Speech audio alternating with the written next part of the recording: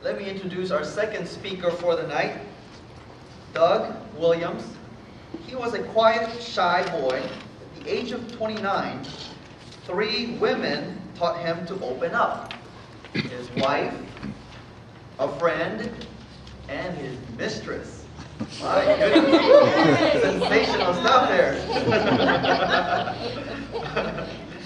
He quickly learned that when a woman asked, "What are you thinking?" he doesn't really want to know. At the age of 35, he joined Toastmasters. For the last 9 years, he has taught information technology classes, and he has a lot to say to us tonight. And his topic, his title for his speech, is called The River of Life. This is his icebreaker. Welcome, Doug Williams, ladies and gentlemen.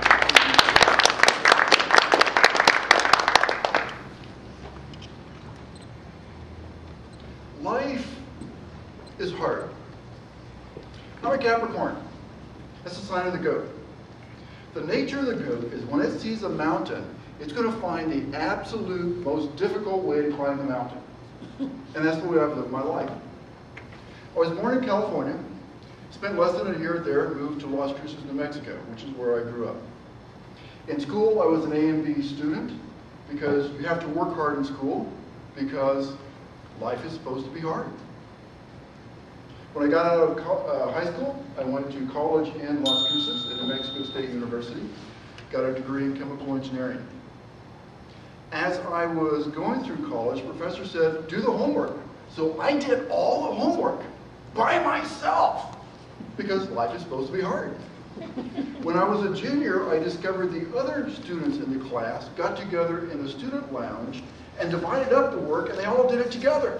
I was outraged. I talked to the professor about this, and he said, that's fine. I didn't tell him how to do the homework. I just said, do the homework. You're the only one that did it the hard way. Got out of college, came down here to Houston. Got a job with Phillips Petroleum Company out on the ship channel, making plastic. Stayed there for about a year, and then I went to Bartlesville, Oklahoma. Got to do computer simulations. Then after about a year, I went to Norway. Took the wife that I had met in college, had to get married in college because marriage is hard, and life is supposed to be hard. So I took my wife to Norway, Stavanger, Norway. We were there for about 7 years.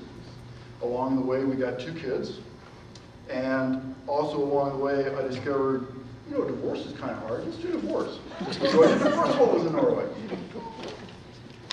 Came back to Bartlesville and took a Norwegian lady with me, and she got to the States and discovered life was hard, especially if you wanted to work here. So we got a marriage of convenience so she could get her green card. And eventually we came back down to Houston. I changed the job, started working for Jacobs Engineering here. And after spending 15 years in the oil and gas industry, discovered everything I had ever done was either things I had never done before or no one had ever done before. I was an expert at doing things that I'd never done before because life is supposed to be hard. 1994, I turned 40. That was my year from hell. My midlife crashed on me. My ex-wife filed a lawsuit for more alimony because I was making lots of money. I had spent 7 years with 2 wives fighting over my money. This resulted in me getting very depressed. Depression's hard because life is supposed to be hard. That resulted in me getting laid off, decided to get divorced again, and suddenly at age 40 I found myself with $10,000 in the bank, a car that was paid for, and no job. But I also had no responsibilities. At age 40 I found out what Janis Joplin meant when she said, freedom is nothing left to lose.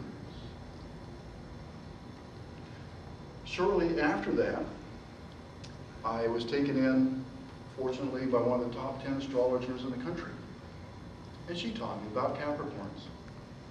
Capricorns spend their first 4 years of their life doing things the hard way. And then they learn that life doesn't have to be like that. Shortly after that, I took a course called The Forum, the Self-Awareness class.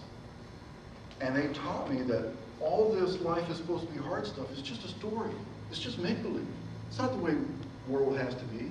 It's just my story. It's just a Capricorn story. This built on a self-awareness class I had taken back in college called Symposium. It says, life gives you what you ask for. Subliminally, all these programs we have, like life is supposed to be hard, manifest in our world. And I had manifested 40 years of life is supposed to be hard.